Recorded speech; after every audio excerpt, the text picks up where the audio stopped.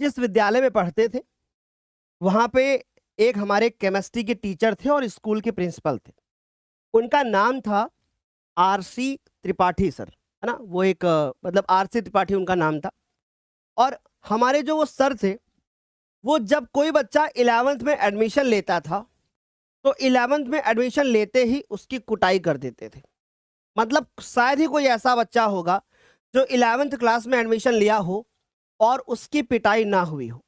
मुझे भी बहुत अच्छे से याद है, जब मैं तीसरे दिन विद्यालय में बैठा था तो मुझे सर ने बुलाया और मुझसे पूछा कि इसकी ऑक्सीकरण संख्या बता दो। अब मैं 10th से पढ़ करके गया था, मुझे 3 दिन हुआ था केवल 11th में जाते हुए, और मुझसे पहले ही सवाल पूछ लिया कि इसकी ऑक्सीकरण संख्या बता दो। ठीक है, समझ में आ रही बात। तो हमने क्या कहा कि सर मुझे नहीं आता है, और उन्होंने जैसे मेरे मुंह से निकला नहीं आता है, वो सामने बैठे हुए थे, उन्होंने मेरी बेल्ट पे ऐसे यहाँ पे पैट ऐसे हाथ डाला और मुझे अपनी तरफ खींच लिया और खींच के बोला कि सुन लो द्विवेदी, अगर कल से आपको ये चीजें तैयार नहीं हुई, कुटाई कर देंगे बहुत तेजी से। और उन्होंने ये बोला कि मैं ये नहीं चाहता हूं कि तुम्हारे बोर्ड के तुम्हारे आगे वाले फ्यूचर में तुम्हारी चीजें तैयार ना हो। ऐसे बेल्ट पकड़ के मेरे को खींच लिया 11th में।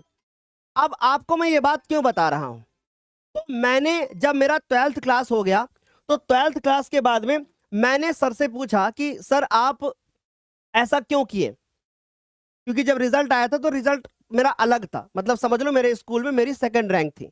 तो जब मैंने देखा कि मैंने सर से पूछा, वो बड़े खुश भी थे, मैंने पूछा सर आप ऐसा क्यों करते हो, क्योंकि मैं 2 साल रह के ये जान चुका था कि सर का एक सिस्टम है कि 11th में एडमिशन लेते ही बच्चों की कुटाई कर देना।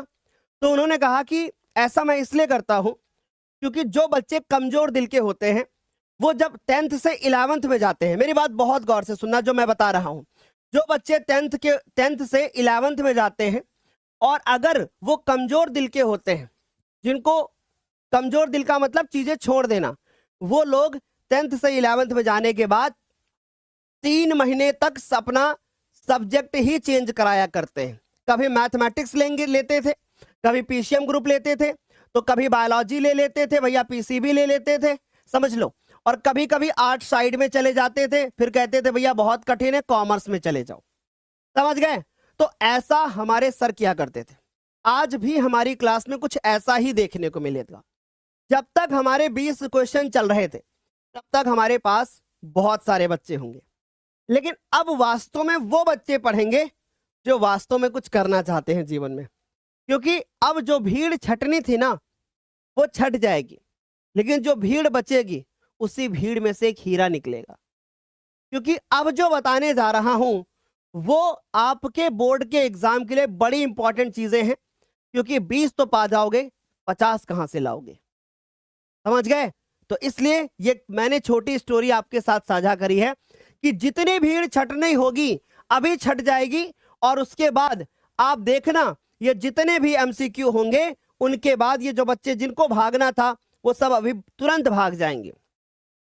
ठीक है, तो बाकी तुम्हारी इच्छा, पढ़ाना तो मुझे है ही बच्चों,